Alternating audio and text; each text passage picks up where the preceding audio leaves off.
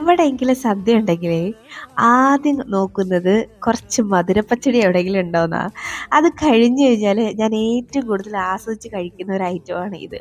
ഇതില്ലാതെ എന്ത് സദ്യ എന്നല്ലേ. അപ്പോൾ ഈ പച്ചക്കറികളൊക്കെ ഒന്ന് അരിഞ്ഞ് ചേർത്തിട്ട് ഉപ്പും മഞ്ഞൾപ്പൊടിയും കറിവേപ്പിലയൊക്കെ ചേർത്ത് കുറച്ച് വെള്ളവും കൂടെ ചേർത്തിട്ട് നന്നായിട്ടൊന്നങ്ങ് മിക്സാക്കി നമുക്കിതൊന്ന് വേവിച്ചെടുക്കണേ. അപ്പോൾ ഇത് വെന്ത് വരുമ്പോഴേക്കും ഒരു കുഞ്ഞ് അരപ്പ്, അതിന് വേണ്ടിയിട്ട് തേങ്ങയും വെളുത്തുള്ളിയും പിന്നെ ചുവന്നുള്ളിയും കുറച്ച് ചെറിയ ജീരകം കൂടെ ചേർത്ത് വെള്ളം ഒന്നും ചേർക്കാതെ നന്നായിട്ടൊന്ന് അരച്ച് കൊണ്ടുവന്നിട്ട് ഇനി വെന്ത് വന്ന പച്ചക്കറിലോട്ട് ഇതും കുറച്ച് കാഷ്നട്ട് ചേർത്ത് കൊടുക്കണം. എന്ത് പറയാനാ, അതിന് വീഡിയോ കിട്ടിയില്ല. അപ്പോൾ ഇനി അതും ഒന്ന് നന്നായിട്ട് ഒന്ന് അവയിലോട്ടൊന്ന് പിടിച്ച് വരുമ്പോഴേക്കും കുറച്ച് തൈരും പിന്നെ നമ്മുടെ കുറച്ച് പച്ച വെളിച്ചെണ്ണയും കൂടെ മുകളിലോട്ട് ഒഴിച്ച് നന്നായിട്ടൊന്ന് അങ്ങ് മിക്സാക്കി കഴിഞ്ഞാൽ നല്ല ടേസ്റ്റി ആയിട്ടുള്ള നമ്മുടെ അവിയൽ റെഡിയായി. അപ്പം നിങ്ങൾ അവിയൽ ഇങ്ങനെ അതോ ഉണ്ടാക്കുന്നത് ഒന്ന് കമൻറ്റ് ചെയ്യണേ. അപ്പം എങ്ങനെ ട്രൈ ആക്കല്ലേ.